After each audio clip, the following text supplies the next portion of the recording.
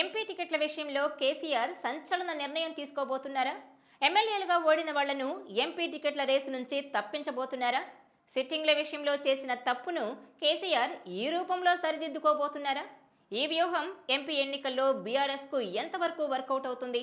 Watch this R24 special.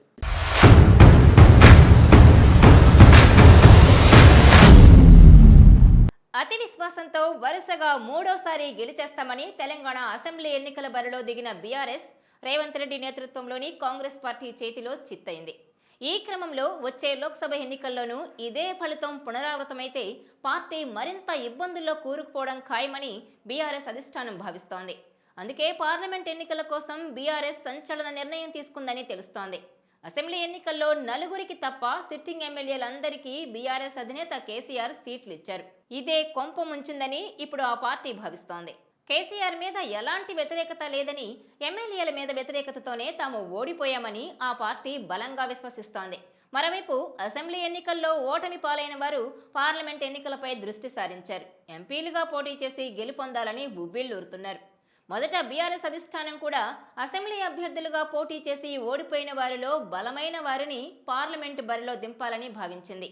అయితే ఎమ్మెల్యేలుగా ప్రజలు గెలిపించని వారిని మళ్లీ ఎంపీ అభ్యర్థులుగా బరిలోకి దింపితే మరోసారి తల బొప్పి కట్టడం ఖాయమని బీఆర్ఎస్ అధిష్టానం అంచనాకొచ్చిందని అంటున్నారు. ఈ నేపథ్యంలో అసెంబ్లీ అభ్యర్థులుగా పోటీ చేసిన వారెవ్వరికీ పార్లమెంట్ అభ్యర్థులుగా సీట్లు ఇవ్వకూడదని నిర్ణయించినట్టు తెలుస్తోంది. అంతేకాదు అసెంబ్లీ ఎన్నికల్లో పోటీ చేసిన అభ్యర్థులను ఎన్నికల ప్రచార బాధ్యతల నుంచి కూడా దూరంగా ఉంచాలని బీఆర్ఎస్ అధిష్టానం నిర్ణయించినట్టు తెలుస్తోంది.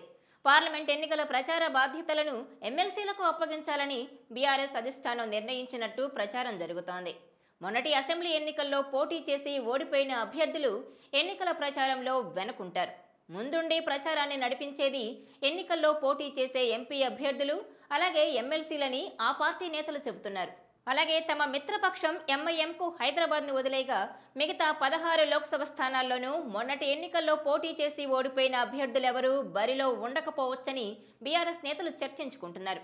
ఈ 16 మందిలో అత్యధికం కొత్తవారే ఉంటారని, 1-2 చోట్ల సిట్టింగులకు సీట్లు ఇవ్వొచ్చని అంటున్నారు. అది కూడా సిట్టింగ్ ఎంపీలపై వ్యతిరేకత లేకుంటేనని పేర్కొంటున్నారు. సిట్టింగ్ ఎంపీలపై వ్యతిరేకత ఉంటే వారిని కూడా మార్చేయడం ఖాయమేనని సమాచారం. ఎంపీ టికెట్ల విషయంలో కేసీఆర్ వ్యూహం ఎంతవరకు సక్సెస్ అవుతుందో చూడాలి.